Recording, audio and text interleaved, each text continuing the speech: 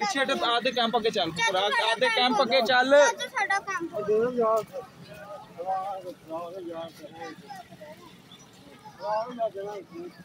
बाबा जी camp के अगे मिलना, आधे कैंप अगे आने उधर भी आने।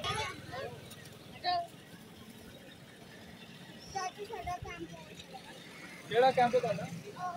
बस उसे देने ना।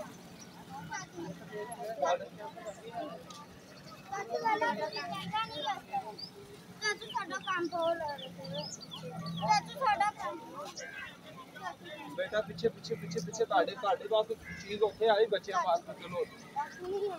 चाचू नहीं चलो चलो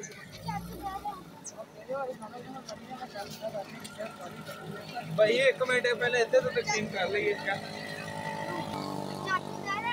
यार काम बढ़िया जो इन्होंने अपनी कुछ लाई है पता नहीं चीजें लेके आए आपके लिए वो चलो उधर पीछे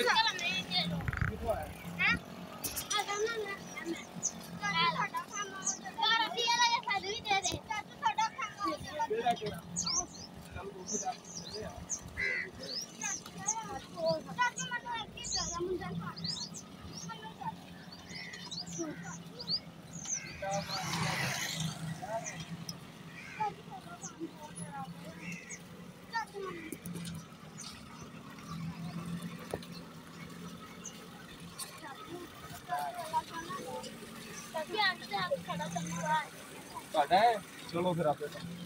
चलो चलो तेरा भरा ले गया आ ले ली यार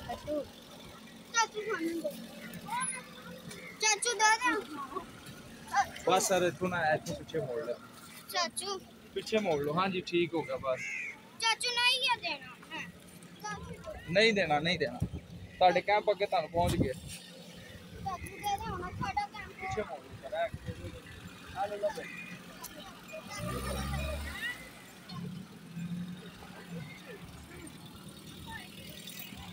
खत्म हो गया